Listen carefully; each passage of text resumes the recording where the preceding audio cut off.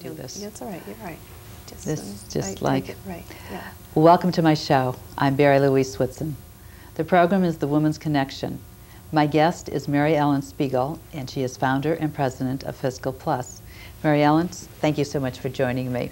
Thank you, Barry. It's a pleasure to be here. What is Fiscal Plus, and how did you come up with the name? Fiscal Plus is a financial planning service that I founded, specializing in working with professional and entrepreneurial women. The name happened to be, I had other names in mind, but my name is, the Fiscal Plus is trademarked. It's a service mark, and when I went to have that done, you have to do a search, and my original name, frankly I forget what it was, wasn't available. So this sort of came about through a process of trial and error. But I happen to love it. It's a great name, catchy. And it fits the bill perfectly. It does. It does. So. I love it because it really, I think, speaks as to what my service is. You know, I deal with someone's fiscal problems, but then the plus is the personal attention that I give, and the, I guess I could say, the psychological hand-holding, which is so important to all of us. How long have you been doing this? About a little over 3 years now. Okay. In 1996, you won some wonderful awards. Would you like to tell us about them? Oh, thank you very much for mentioning that. One in particular that I'm delighted with is that I was elected to the Academy of Women Achievers of the New York Y. And it's a group of women. I think the Academy was in its 18th year, and they select women. You're nominated and selected based on contributions that you've made to other women. Oh, terrific. And one of the reasons I believe that I was selected, that each year I donate a portion of my revenues to the Annie Tinker Rensselaer Fund, which is a fund of, it was originally founded by a woman, Annie Tinker Rensselaer, who wanted to leave a legacy to retired professional women here in New York who unfortunately can't make ends meet. And I found that intriguing, that professional women, after they're retired, would be in a position where they wouldn't have enough finances to exist well. Well, I think in something you sent me that 75% of the women live below the poverty level. Yes, did I get the figures right? After they retire, that's correct. And what is the poverty level? About $9,500, between $9,500 and $10,000. That is quite low. Yes. Well, actually, it's also amazing, too, that over 25% of children today in the United States live in poverty. 25%? Over 25%, yes, well, children. Now, what is Fiscal Plus doing to help women stay out of this poverty level? Good question. Primarily, I do a tremendous amount of education, teaching women about the basic concepts of financial planning. The emphasis is on compounding, prioritizing your life, setting up goals. We look at what one's needs would be when they want to reach retirement, and if they're on the track to get there. Now, how do you do that? Do they come to you and say, "This is what I've got," and you say, "Okay"? Yes, yes. Actually, we look at the whole picture. But I mean, I can almost say to some friends of mine, you know, it's like people bring in a whole paper bag filled with all their financial matter, and we go through it. But we do begin with how much they've saved, if they have saved at all, to date, and we'll look at their tax situation. I work primarily with a calculator. I don't even use software programs for this. It's very individualized, and we'll literally plug in the numbers, and it's relatively, you know, using certain assumptions, what the inflation rate's going to be long term.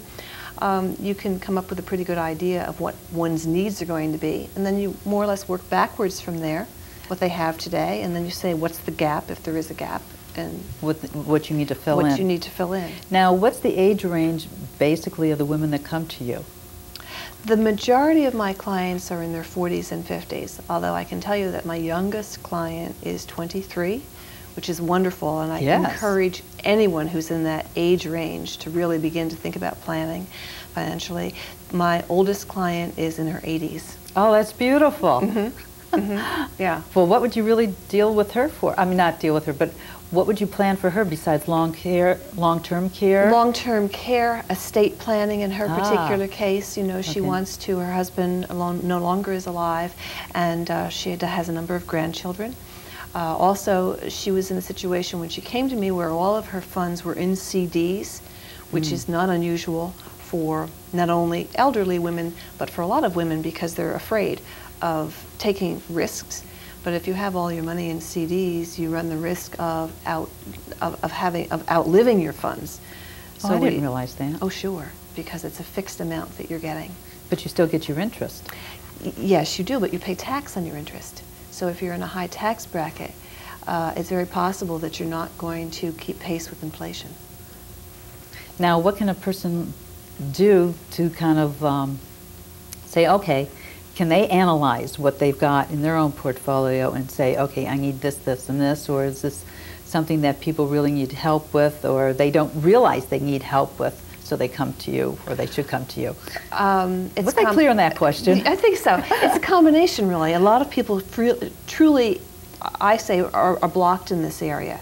They don't have the time to concentrate it on themselves. But the money issue can be a psychological issue. Do you say, or would you say it's mostly women who've got a psychological issue with money, or is it a combination of men and women? I really feel that women's approach to money is different than men's. I designed my business to specialize in working with women, so the end result is that 85% of my clients are women. The men that are my clients have come to me through referrals from women. So it's hard for me, having not worked with a lot of men, to say that they have the psychological block to the extent that women do. Many men don't want to deal with the financial issues in their lives because they're working 24 hours a day in their own career pursuits at the moment. I think that both men and women do have issues with money. I think women have different issues. What kind of issues? Women are clearly not comfortable with taking risk. Is there any particular reason for that? A function of education. Our society, we even in the in the working world, it's been difficult for women to advance. To this day, we still receive less money than men do. I think you were saying something like 76 cents per dollar that a man earns. Right, a woman makes. Now in New York, it's a little bit better than that, but even so, we're still not paid on a par with men. So we're not, we don't think of ourselves as, quote, the breadwinner. Therefore, whatever we happen to have, we want to conserve. Bag lady syndrome. That's right. That's right. We're afraid that we're going to lose money. Where if we put money in the stock market, what happens if the market goes down? I'm going to lose it. So therefore, I want to be safe. I want to put it in safe instruments, not take risks. It's almost like putting in your savings book and putting it under the mattress. Right. That old thing. Yeah. And also, the idea of a savings account, they'll go so far to look at the fact of what money is insured. Each bank will insure you up to $100,000, while if you invest in mutual funds, that money is not insured. True. So that's a big issue that people have. They're afraid of that. So how do you overcome that? Again, really through education. I will explain to my clients that since 1926, when it was first recorded, the stock market, on average, through all the ups and downs, has given a return, an average annual return of 10.5%, while bonds and fixed government instruments have performed much less than that. And then I'll put this up against the fact that inflation over the long term has been somewhere between 4 and 5%. So it's a mathematical equation. Right. If you're getting 6% in a CD and inflation is 4 to 5%, and you're paying in the 28% tax bracket, it's very clear that you're losing money. You're losing money, and that you have to do something. So I try to educate them that they don't have to take all of their money and put it all in equities, but clearly by taking a portion of it, what we call asset allocation, you can indeed, over the long term and average out of your portfolio, have a larger return than the 6% that you would in CDs. All right, let's step back a second. what are, let's say, the 5 things that a woman needs to have in her portfolio? Like long-term health care, when do you decide and how do you decide? Insurance policies, what kind? Apartment or homeowners? Homeowners insurance. Insurance, right. Stocks and bonds, and how do you decide? I know you calculate on what the woman is earning. Let's say today she's 40 years old and she's going to retire at 65. And today your life expectancy you have to look at.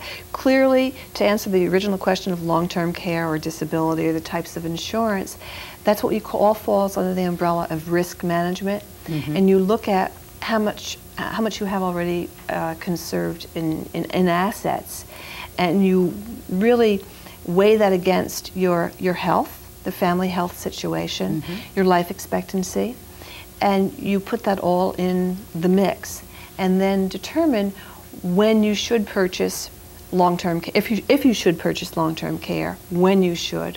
I really feel that most women, because women do outlive men, women are the majority of the residents in nursing homes, unfortunately.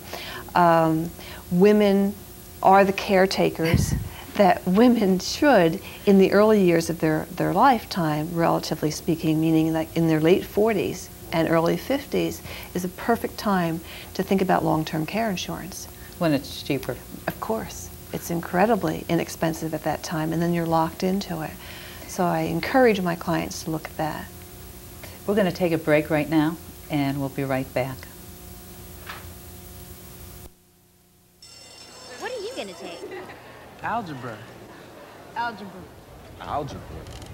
Algebra! If no one's explained how algebra, geometry, and calculus can improve your future, call NACME. We'll tell you.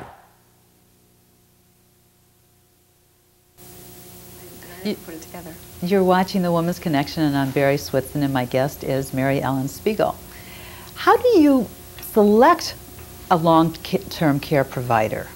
I mean, what should somebody look for? That's a good question, and that's one of the services that I provide my clients. But you want to look for not only whether the insurance company is going to pay a nursing home expense, but whether they're going to pay the home care expense. That's critical. There are some policies that just cover nursing home and you have to be in a nursing home. However, the majority of individuals spend most of the incur most of their long-term care needs in the home as opposed to in the nursing home. So that is very important. You also want to look at how the company is going to pay, whether they're going to pay the provider directly, or some companies will actually write the check, or if it's $175 a day, whatever it is that the benefit is, will write it directly to you. So therefore you have more control over how you spend that money, you know, for people that are coming in for custodial care. How do you pick a company? Okay, what do you do? Review 3 different policies, 4 different policies? Usually about 4 that I will work with. You want to look for a company that's been in business for a long time, that has a very good rating. Understandably, when you're purchasing this, you don't have the immediate need for it, so you want some certainty that that company is going to be in business 10, 15, 20 years from now. So there are a handful of very good companies that I rely upon as being the sources that I will go to, as well as the AARP. The Association of Retired People have an excellent plan too that's available to anyone over the age of 50. So there's quite an assortment to pick from. So how does one make a decision if they're all equal? Well, they're not all equal. Okay. This is what you look for. You look for the type of benefit that they're going to pay out, the cost, the underwriting that they will go through, and I'll work that way with my clients. So do you sell these products, or? I can, and that's one of the unique aspects of my business. I charge an hourly rate for my services. That is unique. Basically financial planning services, yes. And in designing my business, I did this intentionally. And I'm also a registered investment advisor, which means I am required by law to provide full disclosure on every way that I'm paid. So if I make a recommendation to a client that they possibly should be in their benefit, that they should have a certain financial product, including an insurance product, and if they choose to purchase that product from me, I will in advance disclose every commission that I would be receiving from the provider. That's unusual. Very unusual, isn't it? Right, and I don't say, oh, it's 50%. I tell them exactly what it is because it can vary from the provider. And then if they choose to purchase that product through me, I will deduct any of the hourly rates accumulated to date against that. So it gives the client an incentive to purchase a product from me. Absolutely. And at the same time, I feel really guarantees that the client is receiving completely objective advice, since I am not anxious, you know, right. It's not, I don't have to sell a product in order to get paid. I'm getting paid. Now, how do you keep on top of everything? I mean, there's so many products out there. It's difficult, but over the course of time, I'm licensed in 3 states, in the metropolitan area, and over the course of time, the products, first of all, New York State is one of the most highly regulated states in the United States regarding insurance products. So there are only so many insurance products that are available for sale in the state of New York. Okay. And that in itself is going to limit how many, you know, I would have to offer to a client. And then the various insurance types are fairly limited. I mean, there are classes, the life insurance, the disability, the long-term care, medical insurance, and it's like learning any other profession. It sounds like somebody could be over-insured. A lot of people think that.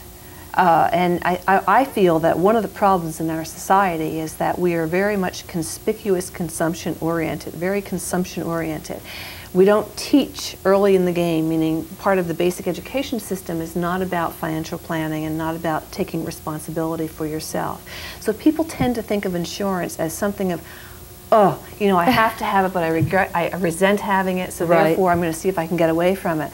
But if you can explain to someone, educate them as to the benefits and really the cost benefits of how it can work for you, it really can be an investment in your own personal well-being.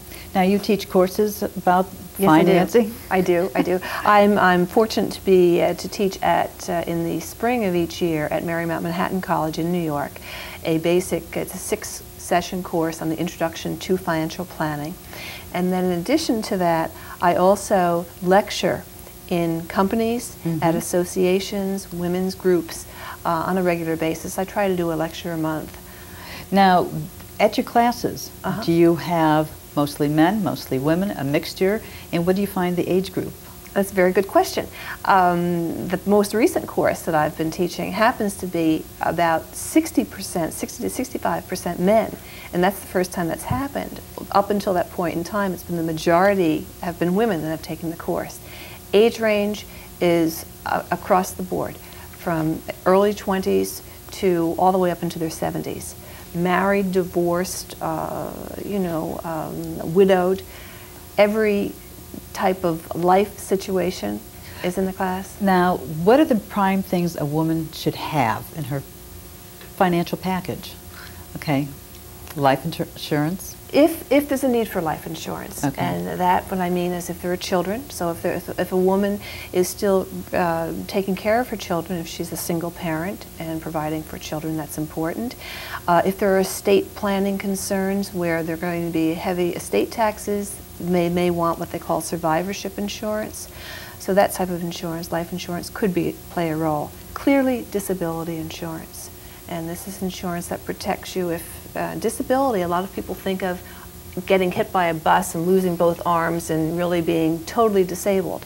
And that's not the majority of people that actually collect disability. It's for relatively, maybe a back problem.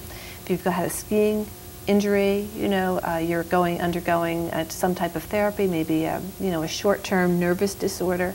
All of these medical situations probably would result in one not having a permanent employment for a while. And the disability insurance will provide for that. And if you take that out on your own, those benefits are tax-free. Oh. Yes. Many people don't know that. That's good to know that. That's right. Sure. I think we should all start reading our own policies. I've got so many, and I have to figure out what I need and what I don't need. Because it's like, I feel like I'm inundated with insurance policies.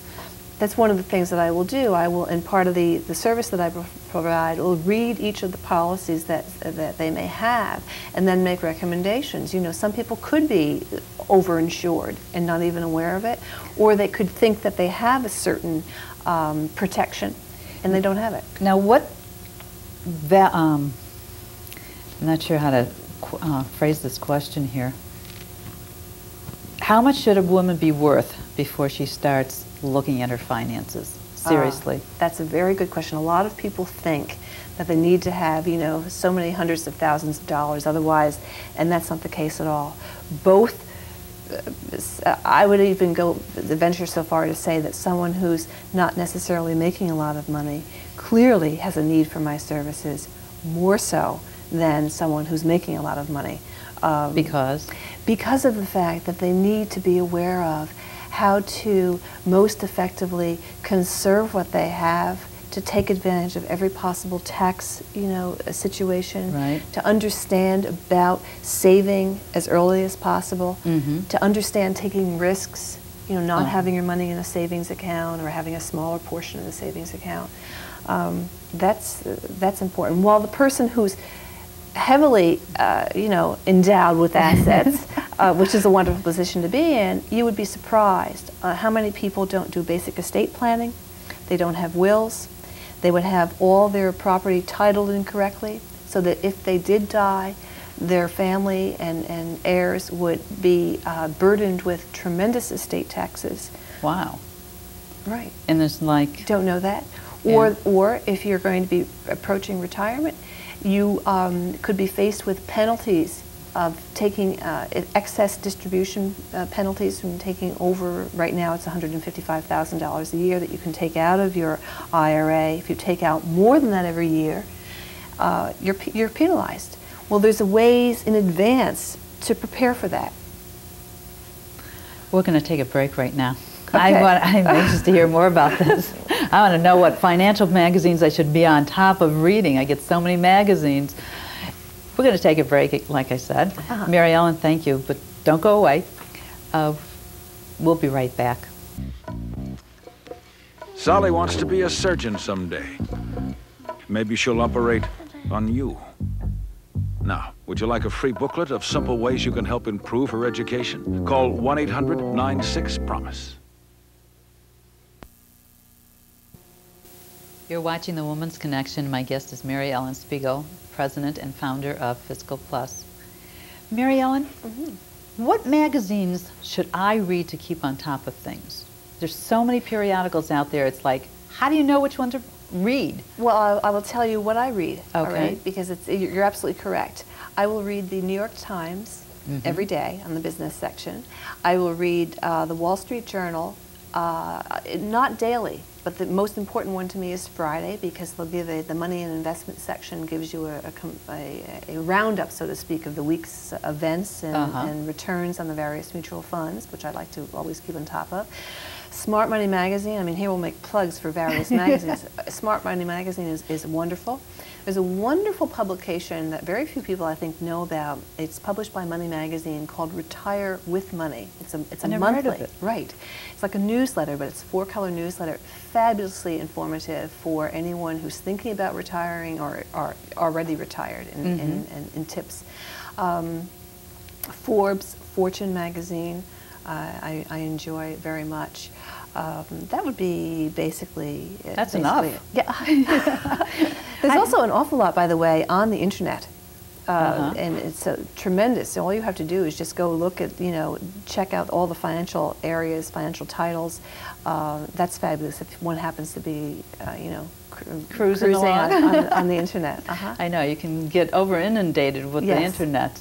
Yeah. And there's a lot of resources there. It's just kind of filtering out what is best for you. Well, women have really got to take responsibilities for themselves.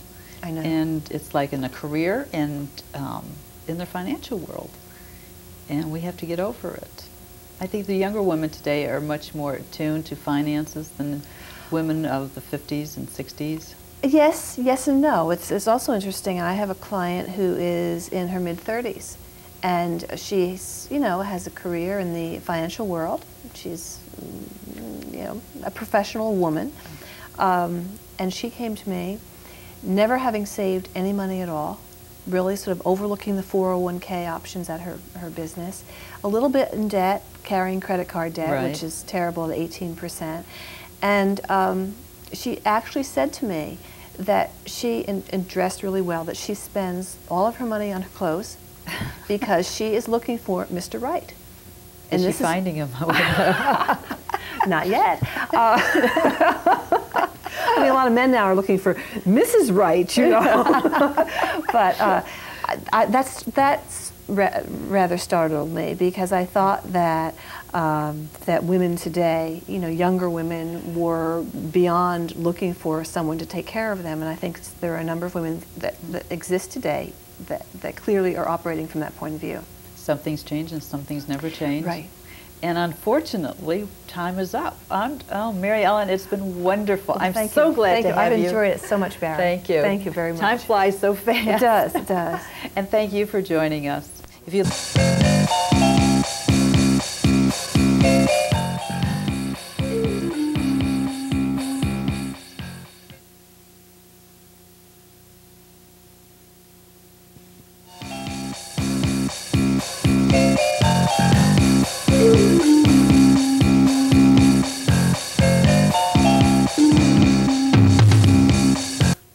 like to hear from you.